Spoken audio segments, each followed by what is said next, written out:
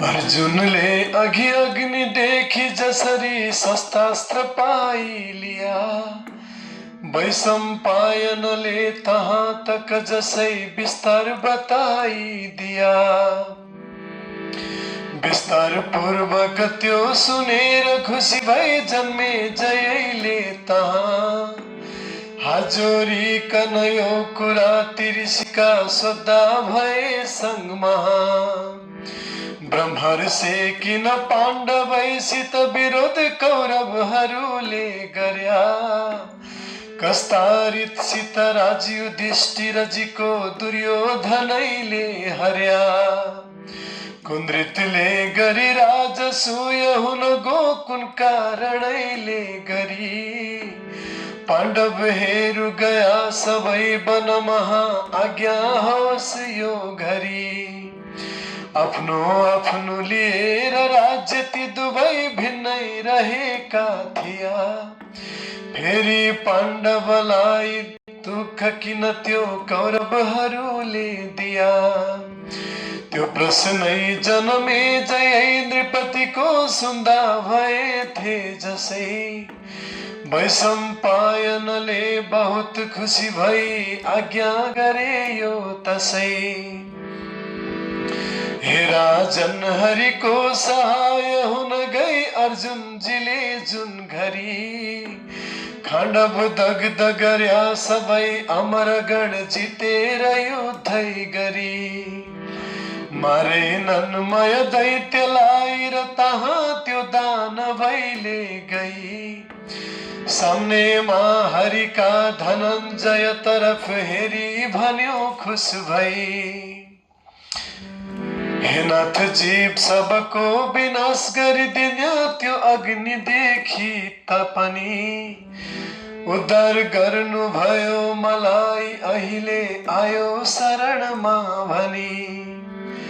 त्यसको प्रत्युपकार गर्न बहुतै इच्छा भयो मनमा, जो आज्ञा दिनुहुन्छ गर्छु मैले त्यही काम हजुरको यहाँ।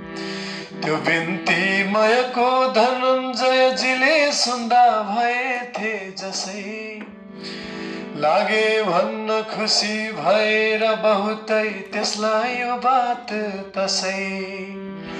हे दानव तिमीले मलाई उपकार गर्छु भन्यौ जो यहाँ, त्यही बातले बहुतै खुसी हुन गया जाऊ तिमी घरमा।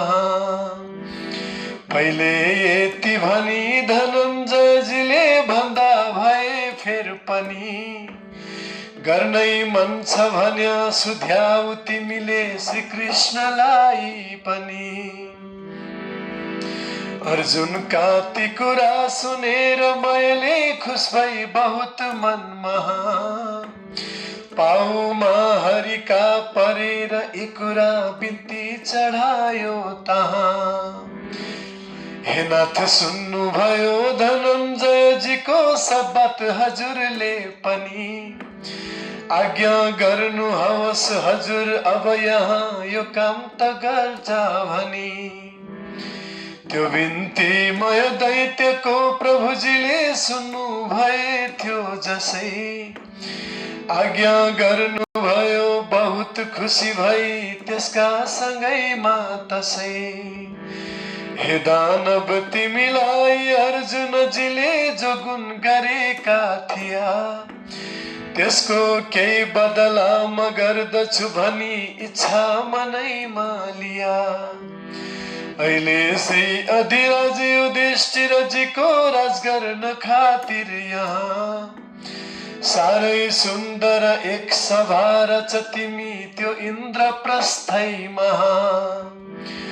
आज्ञा त्यसरी तको सुनेर हरिको त्यही दैत्य खुब खुस भयो, सरदम बैठकको म ल्याउँछु भनी बिन्दुसरैमा गयो। पहिले केही वृष पर्व दानव थियो त्यसले कुनै दिनमा, त्यही बिन्दुसरमा गई अति ठुलो यज्ञ गरे थियो तहाँ। सोही अवसरमा सभामणि जडित त्यसको बनेको थियो। ताही गई मय दैत्यले उही बखत सभा तोडे जे जसै। ताही गई मय दैत्यले उही सभा तोडेर सरदम लियो। सरदम हुन् जति चाहिने सकल ती ल्याएर खुब खुस भई। लाग्यो रचन सभा अपूर्वरितको फेर इन्द्रप्रस्थै गई। चौडाई र लम्बाई त्यस महलको 10,000 हात गर्यो। गारो सब सुनकै बनाई मणिका अग्ला अनेक थाम धर्यो। ढोका सब सुनका बनाई सुनकै खिड्की बनाई लियो। त्यसका बीच बीचमा कुदेर बहुतै मणिक जडाई दियो। फेरि वेदी अनेक बनाई सुनकै हिरा जडेका कहीं।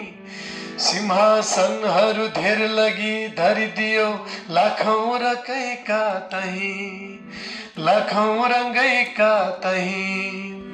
थलमा जल सरी भ्रम हुन्या गरी पटिक कहीं जडाई लियो। देख्दा थल सरीको तलाउ पनि फेर त्यसले बनाइदियो।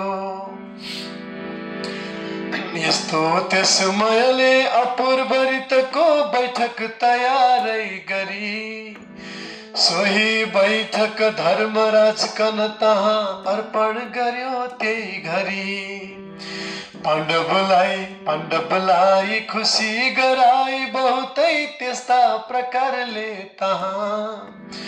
फेरि त्यो मय नाम दानव गयो आफ्नो निवास हो जहाँ।